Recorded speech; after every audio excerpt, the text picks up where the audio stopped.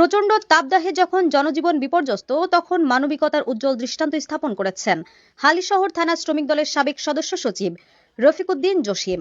তার নিজস্ব অর্থায়ন ও ব্যক্তিগত উদ্যোগে হালিশহর বড়পুল এলাকায় তৃষ্ণার্ত ও ক্লান্ত পথচারীদের মাঝে শরবত ও নাস্তা বিতরণ করা হয়েছে। মানবিক এই কর্মসূচিতে শতাধিক পথচারী, শ্রমজীবী ও সাধারণ মানুষ অংশ নেন। প্রখর রোদে দীর্ঘ সময় পথ চলার পর ঠান্ডা শরবত ও নাস্তা পেয়ে অনেকেই স্বস্তি প্রকাশ করেন। এ সময় উপস্থিত নেতাকর্মীরা সাধারণ মানুষের সঙ্গে কুশল বিনিময় করেন এবং তাদের বিভিন্ন সমস্যার কথাও শোনেন।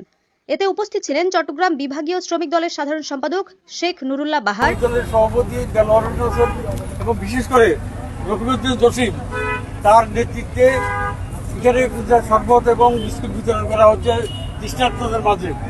এই জন্য তাকে আমরা বিভাগীয় সমিতির পক্ষ থেকে ধন্যবাদ জানাচ্ছি এবং আগামীতে যাতে সে আরো কাজ করতে পারে, যাতে সমাজসেবা করতে পারে, তার জন্য সে চট্টগ্রাম সিটি কর্পোরেশন নির্বাচনে আগামীতে পদপ্রার্থী হিসেবে সে আগ্রহী। আমরা সবাই চাই যে এরকম একটা সজ্জন ব্যক্তিকে সিটি কর্পোরেশন নির্বাচনে মনোনয়ন করা হোক। আমরা এই মনে করে আজকে আমরা যে সর্বদল অনুষ্ঠানে আপনারা যারা মিডিয়ার ব্যক্তিত্বরা যারা এসেছেন, আমরা সবাইকে ধন্যবাদ জানাচ্ছি। আপনারা যারা উপস্থিত আছেন সবাইকে ধন্যবাদ জানাচ্ছি। আরো উপস্থিত ছিলেন বিভাগীয় শ্রমিক দলের সাংগঠনিক সম্পাদক শফিকুর রহমান মজুমদার। আরো উপস্থিত ছিলেন বিভাগীয় শ্রমিক দলের সদস্য হালিশহর থানা শ্রমিক দলের সাবেক আহ্বায়ক মোহাম্মদ দেলোয়ার হোসেন, মোহাম্মদ আলমগীর, মোহাম্মদ জুলফিকার আলী জুয়েল, মোহাম্মদ সিরাজুল হক, মোহাম্মদ মনির হোসেন, মোহাম্মদ দেলোয়ার হোসেন সোহাগ, মোহাম্মদ শাহেদ, মোহাম্মদ মহিউদ্দিন, মোহাম্মদ ইসমাইল, মোহাম্মদ সাদেক মিয়া, মোহাম্মদ হাদিস মিয়া, মোহাম্মদ কুতুবুদ্দিন, মোহাম্মদ ওমর মিয়া, মোহাম্মদ আরিফ, রবিউল শেখ রবিন, মোহাম্মদ হাসান সহ শ্রমিক দলের নেতাকর্মীরা। এ সময় রফিকুদ্দিন জসিম বলেন, এবং প্রত্যেকটা ইউনিটে যাতায়াত করি, তো আমি জানি কোথায় কি সমস্যা, কার কি সমস্যা।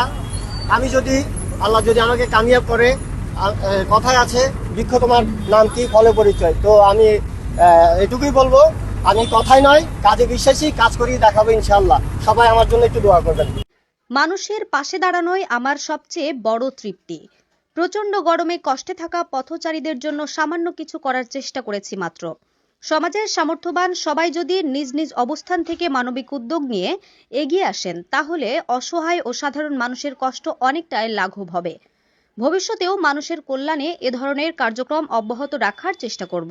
স্থানীয়রা এই উদ্যোগকে সাধুবাদ জানিয়ে বলেন, মানবিক ও জনকল্যাণমূলক এমন কর্মকাণ্ড সমাজে ইতিবাচক বার্তা ছড়িয়ে দেয় এবং অন্যদেরও অনুপ্রাণিত করে।